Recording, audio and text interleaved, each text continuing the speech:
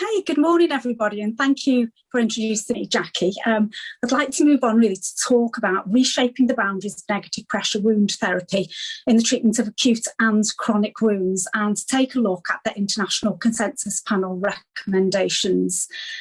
So my name's Sian, I'm Head of Clinical Procurement for 3 large organisations in the Midlands area in the UK. That's University Hospitals of North Midlands, Royal Wolverhampton NHS Trust and Walsall Healthcare Trust. And all the documents that I'm going to talk about today in the presentation will be available to download from the Smith+Nephew website later. So this is my disclosure. I am presenting on behalf of Smith+Nephew today, although of course there are other negative pressure wound therapy products available. So the topics for discussion today are the role of negative pressure wound therapy in wound care, the environmental factors and some of the practical considerations as well. From a clinical perspective and also from an operational perspective. We're going to look at the differences between disposable single-use negative pressure wound therapy and the traditional negative pressure wound therapy that we're all used to. And we're then going to go on to look at the consensus recommendations, the new evidence-based recommendations from the panel of experts that I was so lucky to work with recently. So, our world is changing. Wounds are a growing problem for patients, healthcare systems and society, and we've all had to work in very different ways over the last 12 months during the pandemic to provide those wound care and healthcare services to our patients. And there's a real human and economic burden to wounds. And I'm just going to look at some statistics from the UK that I'm sure you'd probably be able to extrapolate to your countries in Europe. So in 2012 and 13, Guest and colleagues looked at patient population in the UK, and they looked at our prevalence of wounds, and they looked at how we were managing those wounds and which staff groups were managing those wounds. And at that time, there were 2.2 million patients with wounds being managed by the NHS in the UK. Moving on to 2017 and 18, Guest went back to review these statistics, and they discovered that we didn't have 2.2 million patients with wounds any longer. In fact, we had 3.8 million patients with wounds. And across a broad increase, there was a broad increase in patient contacts as well. So 53.6 million healthcare support worker visits as opposed to qualified practitioners visiting those patients. So you can see there was a really big shift in the staff group who were actually looking after those patients, and a big shift in the skill base as well. The annual cost to treat wounds had escalated to £8.3 billion in the UK. That's an increase of 48% in real terms. 81% of those costs are incurred in community settings, and that will become really important as we go on to discuss some of the recommendations from the panel. In 2012, and I think this is probably one of the most striking revelations for me, in 2012, 65% of patients with wounds were over 65 years of age. Now, in 2017-18, only 33% of those patients. So there was a huge increase in the numbers of patients generally, and only 33% of those patients were over the age of 65. So there was a really big change in the demographics, and that will indicate a change in the way that we provide those services, and also a big change in the expectations of that patient group. So the role of negative pressure wound therapy in wound care. So negative pressure wound therapy, as you know, is the gold standard for many open, acute, chronic wounds, and it has been for many years now. In fact, negative pressure wound therapy revolutionised the management of highly complex wounds. Traditional negative pressure, for those of you who aren't familiar, and I'm sure most of you are, but traditional negative pressure wound therapy is a system that draws fluid away from the wound into a canister via tubing. And single-use negative pressure wound therapy applies a set level of negative pressure to the wound through an integrated dressing and a battery-powered pump.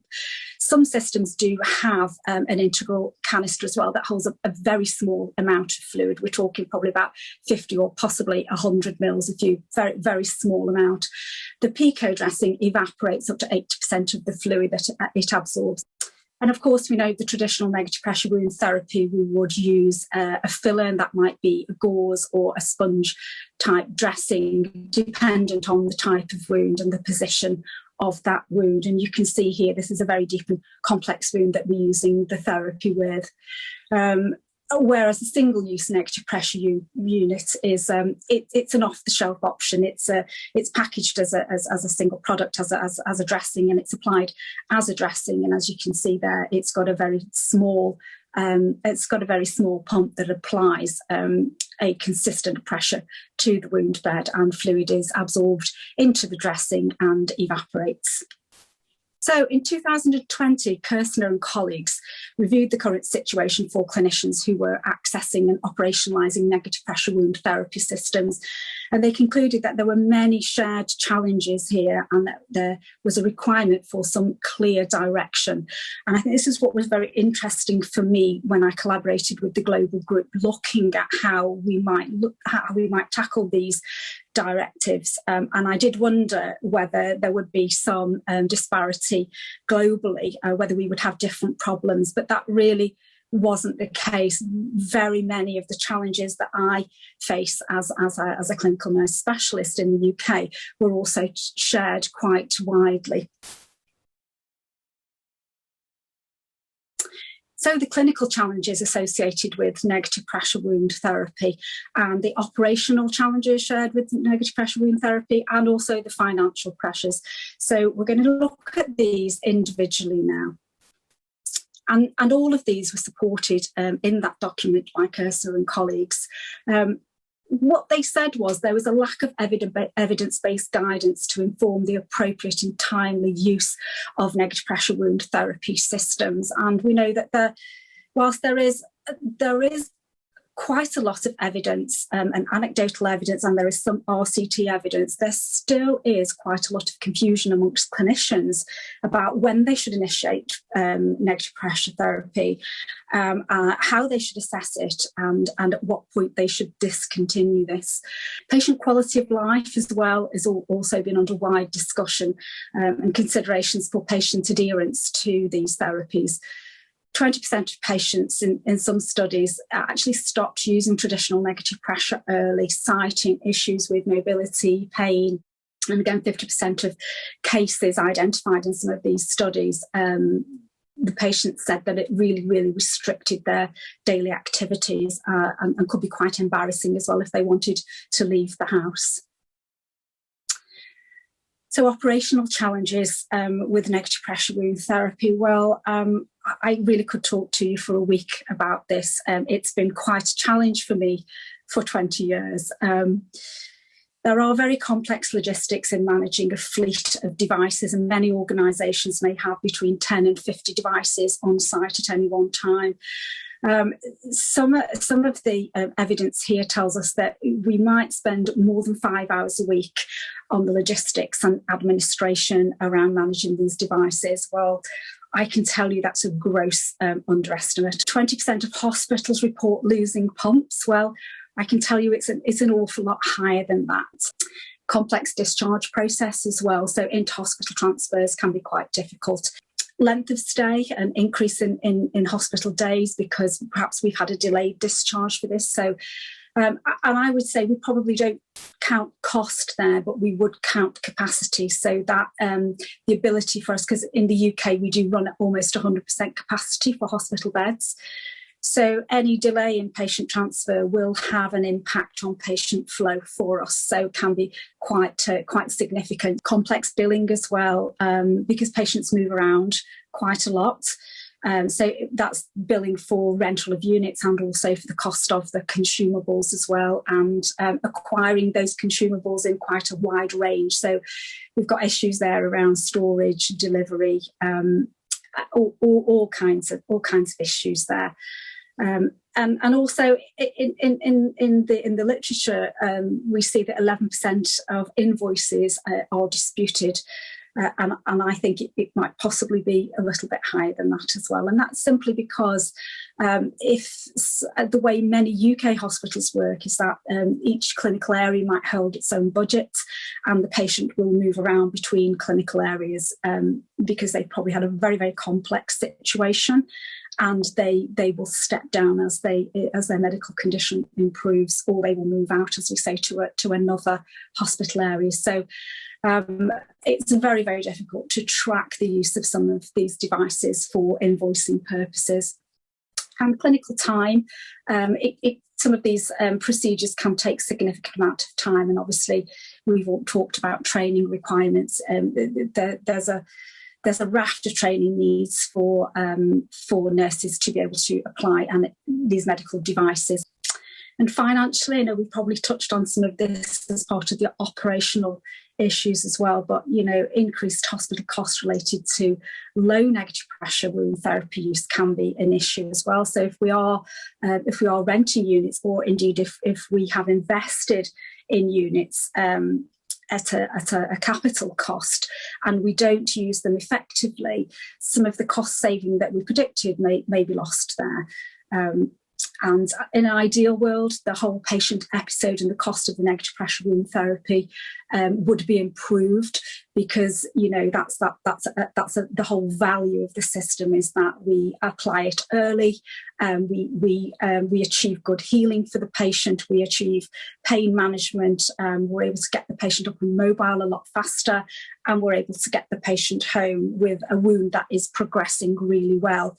And so we have to factor cost along the patient pathway there, rather than just the cost of the single rental. However, if we're not appreciating the patient pathway there, then we could see that this might be a cost burden, and often we do have to present those figures to our finance departments as well. Post-acute access to traditional negative pressure systems can be limited due to lack of funding in some of the community areas, and again also because of the logistical problems of managing this type of equipment in community settings, some of which may be very rural. And budget constraints, obviously, in some of those settings can really restrict use. So, with these challenges in mind, the International Consensus Panel debated all of them, and they developed recommendations aimed at providing optimal patient care whilst minimising some of that expenditure. And as I said, you can download these guidelines from the website. So the guidelines are meant to be intuitive, and they're set out to facilitate use as a working document, so that you can pick them up, your clinicians can use them, you can teach with them. They're very easy to navigate, and they're laid out of the key points and statements, as you can see here. And we're going to look at some of the ones that I feel might be more pertinent from a case study perspective as we go forward. And the document also includes the negative pressure wound therapy clinical decision tree for open wounds. And I think that can be quite useful. I know some of my colleagues really like that. I know there's been an awful lot of work done around presenting outcomes for closed incision management in using the single-use negative pressure devices. But there is a much wider scope for the use of these products, and indeed we have been using these products in alternative ways for a considerable time now. And I'm going to relate some of this to some of the case studies, just to demonstrate this to you. So just jumping ahead now to consensus statement 4 in the wound-related factors. The consensus statement says that single-use negative pressure wound therapy systems can be considered as a bolster dressing for wounds in which closure is being obtained via a split-thickness skin graft or application of a skin substitute. And I'll show you a case study for this now. And consensus statement 5 says that the wound status should be reassessed every 2 weeks during traditional negative pressure wound therapy, with the transition from traditional negative pressure wound therapy to the single-use negative pressure wound therapy should be considered when the wound is appropriate. In case study 1 here, we're looking at a gentleman who had an open abdominal wound, who transitioned from traditional negative pressure wound therapy to the single-use system. As you can see, this gentleman had a real open abdomen, exposed bowel, following bowel surgery. Unfortunately, he had a frozen abdominal wound where the bowel actually adhered to the inside of the abdominal cavity, and so we weren't able to close the abdominal wall as we would have liked to have done. So we managed the gentleman with traditional negative pressure wound therapy until we had significant granulation tissue over the bowel, and the bowel was protected and the gentleman was stable. And what we said was, we're going to take this gentleman on to give him a split skin graft. What we find with these patients, and our experience tells us, that the outcomes for the patients are significantly improved if we can support the deficit with a split skin graft prior to discharge. Many of these patients return after a period of around about 18 months for abdominal wall reconstruction. It's important that, these patients have been through a very traumatic time. It's important that we get them home as quickly as possible without the prospect of wound breakdown and infection. And we do find that, I know, we've managed these wounds to a point where we feel that they're manageable at home. But what we find is that they don't go on to heal very well. They become chronic wounds. And if we put a split skin graft onto them, they remain intact, and the quality of life of the patient is so much better. And so we will use traditional negative pressure up to the point of good granulation. Once we've reached a good healthy granulation tissue, and we've managed to close a high percentage of the deficit, then we will use the single-use negative pressure wound therapy. And post-graft as well, we will continue to use the single-use. And quite often at that point, once the patient has been grafted, we will transition the patient home for a further couple of weeks with the single-use negative pressure wound therapy bolstering the wound. So moving on now to consensus statement number 6. So when negative pressure wound therapy is an appropriate treatment modality for acute and chronic wounds, disposable single-use negative pressure wound therapy should be the first-line modality used to increase patient satisfaction, quality of life, and treatment compliance. And also, it should be the optimal choice for ambulatory patients who must or need to return to work, and some of those patients who face barriers and access to follow-up medical appointments. This lady presented to us in the antenatal clinic. She was 28 weeks gestation of her pregnancy, and she had suffered an inflamed appendix. She had an emergency appendectomy, and she presented 5 days after she went home. 5 days later, she presented with a dehisced wound, as you can see here on her very pregnant abdomen. There wasn't any signs of infection. We could see the internal sutures. It was nice and clean, but obviously we're faced with a dilemma here because we know that the surgeons didn't want to resuture the wound. They didn't feel that they could pull the wound edges together enough to do so. They felt that it would dehisce again, obviously, as the pregnancy progressed. And we knew that if we used a traditional dressing here, that she may go on to infect. It would be problematic for her. It would probably be quite painful and very scary for her to have to. This would probably need daily dressings, and I think it would be a very scary situation for her. She was very anxious when we saw her, clearly, and she had a young child at home, and she was desperate to go home. And you can see the progress of the wound here. The wound margins contracted very quickly. The patient was very comfortable. She didn't have any pain. She went home the same day and she just got on with her life. The wound actually healed, as you can see here, before she delivered baby, and she was able to go on and have a normal vaginal delivery. And the wound remained intact. The aesthetics of the wound was fantastic, really, considering, kind of what that abdomen had kind of been through and what she'd been through. It was really, really good. So consensus statement number 8, as part of the economic and care setting related factors. Traditional negative pressure wound therapy should be used for patients with acute or chronic wounds that are large and complex. The initial use of single-use negative pressure wound therapy or early conversion to such from the traditional option should be considered for eligible wounds to assist in transitional care to the outpatient's care setting.